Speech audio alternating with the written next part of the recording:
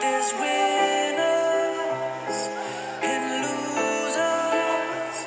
I'm a chooser, how I pick my friends. Some are drinkers, call us down and out, but the losers win again.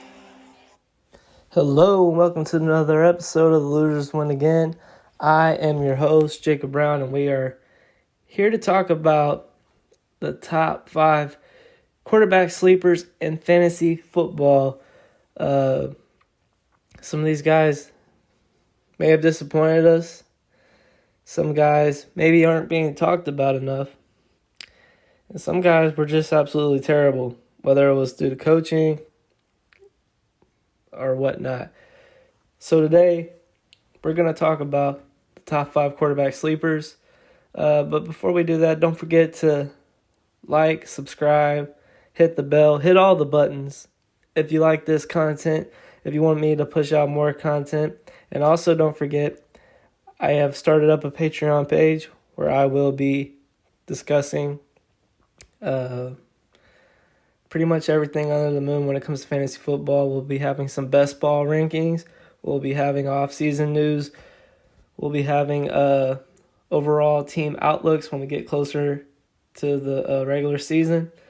After the draft and free agency is over, a lot of that content will be pushing out.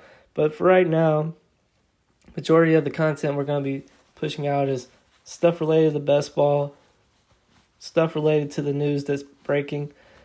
And we're just going to go from there. So here we go. Top 5 quarterback sleepers.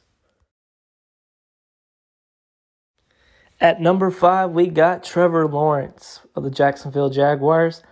Last year was just an awful year for Trevor Lawrence.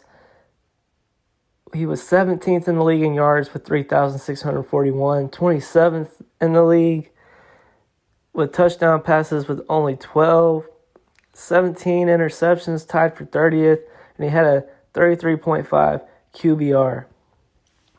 And I know you're wondering, why would you have Trevor Lawrence as a sleeper in 2022 with the season that he had? And quite frankly, I think the main reason why you would think Trevor Lawrence is going to have a bit of a better year, hopefully he gets the right head coach.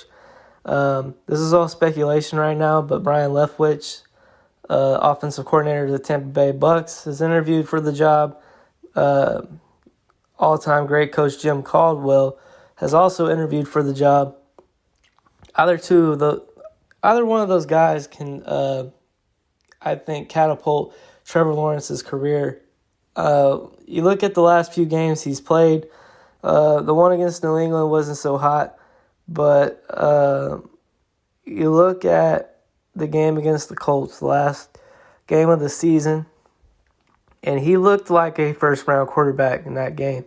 And I really think in the future he's going to be a guy that is going to be on the top of fantasy football charts. He's got the pocket awareness. He just has some things to work on. I think he's got the pass catchers with Laviska Shenault, Marvin Jones, DJ Chark if he decides to come back to the Jags. There's a lot of upside to Trevor Lawrence, and I think he's going to be one of those guys that goes overlooked in drafts just due to recency bias. And I'm going to be all over it. On to number 4. Up next, we got Tua Tago at number 4. He didn't really have a very impressive year either. Dealt with a hand injury, dealt with the losing streak early in the year. But, guys, to end the year the way he did on that winning streak was just impressive. He took this team and put it on his shoulders at the end of the year. The connection between him and Jalen Waddle was just amazing. And I see more of that in the future. You got to think about it like this as well. You got a revamped offense when you get guys like Will Fuller back. You get Devontae Parker healthy. You get Tua healthy. I think this team's going places next year. I really like their outlook. But yeah, Tua's stats weren't very impressive. I mean, he didn't play the whole season, but let's just talk about his stats. 2,653 passing yards, was 27th in the NFL. That's just not going to cut it. 16 touchdowns, tied for 23rd in the league. Not going to cut it, below average. 10th in the league in interceptions, which is above average. He was tied for 9th, which is a very impressive stat. And he had a QBR of 49.6, which was 18th, little below average. So you got to say to yourself, why do you want to draft Tua Tagovailoa in fantasy football drafts? The upside. Look, they're about to get a new head coach that's finally going to cater to his style of play, I believe. And you're finally going to get Tua in a full offseason where a coach believes in him. A coach is going to go there because he believes in Tua Tagovailoa. And that's the main reason why. And look, you're going to have a great receiving core. And at the end of the day, I think Tua's going to be a breakout guy. He has Joe Burrow breakout potential this offseason, this season coming up. Draft some Tua Tagovailoa in your fantasy football teams. At number 3, we got Jalen Hurts. He had a pretty decent season last year, averaging about 20.8 fantasy points. He didn't have very good stats quarterback-wise. I mean, 21st in passing yards with 3,144. He was tied for 23rd with 16 touchdowns. 9 interceptions, which is 8th. So he protected the ball pretty well. He had a 19th QBR rating of 48.6. So, look, we know what Jalen Hurts is good at. For a fantasy perspective, he can get you plenty of fantasy points on his feet, and then he gets you some throwing the ball. But all in all, he's a very impressive prospect, and I have him as a sleeper because I think he is going to go a bit overlooked. I mean, he was getting drafted ahead of guys like Matthew Stafford last year. He was getting drafted ahead of guys like Joe Burrow last year. I think those names are catching steam, and Hurts might be one of those guys. I'm not saying he's not going to get drafted, but I think he could potentially be a better candidate than guys like Stafford, guys like Burrow, just because of his rushing upside. You look at guys like Kyler Murray, Lamar Jackson, they get drafted pretty high up there. Jalen Hurts has the potential to take that next step this season, and that's why I would like to have him drafted on my team.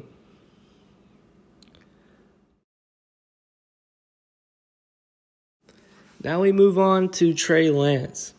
And Trey Lance is somebody that I just don't think anyone really has a good pulse on what the 49ers are going to do. I mean, Jimmy Garoppolo has been a pretty solid starter this year. Hadn't been great, hadn't been bad. But if you're thinking about this in a long-term perspective, Trey Lance is the answer at quarterback for the 49ers in the near future. I think he will be the starter week 1 for the 49ers. You got great opportunity, great upside, just like Jalen Hurts last year. I think everybody's going to be talking about Trey Lance and his opportunity this upcoming season. And you got to think that they're going to upgrade some of their pass catchers. Deebo Samuel, another year under his belt. will be interesting to see what this team looks like with Trey Lance at the helm. I mean, he's played in 2 games this year. He didn't look bad, but he didn't look good either. I think a whole offseason with the starters here will give him an opportunity to be more prepared, and I think he'll look a lot better. So Trey Lance is my number 2 sleeper quarterback. I think he's going to be talked about a lot closer to the beginning of the 2022 season. But right now, he's just somebody that's going a bit underlooked. And I'll be excited to see him finally get his fair share of snaps in the upcoming season.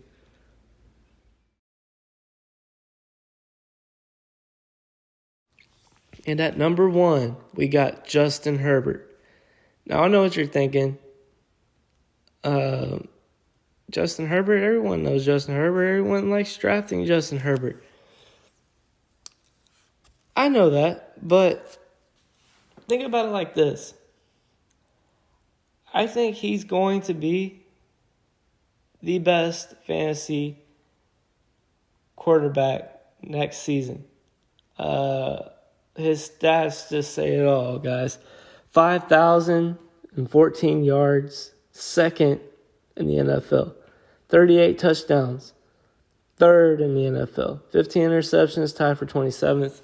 When you throw a ball a lot, you got to live with that. His QBR was 65.6. Third in the NFL. Very impressive. I think he is going to be the next big quarterback. Like Josh Allen and Patrick Mahomes, they need to watch out because Justin Herbert is coming. And I'm considering drafting him in some of my best ball drafts instead of guys like Patrick Mahomes and Josh Allen, who are going to be first and second. Which way, it doesn't really matter. But, Justin Herbert's going to be one of my highest exposed quarterbacks in my drafts this year. I think he has a lot of what it takes to be number 1. He's got the weapons. He's got the running game. He's got the coach's support behind his back. Justin Herbert, my number 1 overall sleeper. I project him to be the best quarterback in all fantasy football in the 2022-2023 season. And now, there you have it, folks. My top 5 sleepers. It goes number 5, Trevor Lawrence. Number 4, Tua Tago. Number 3,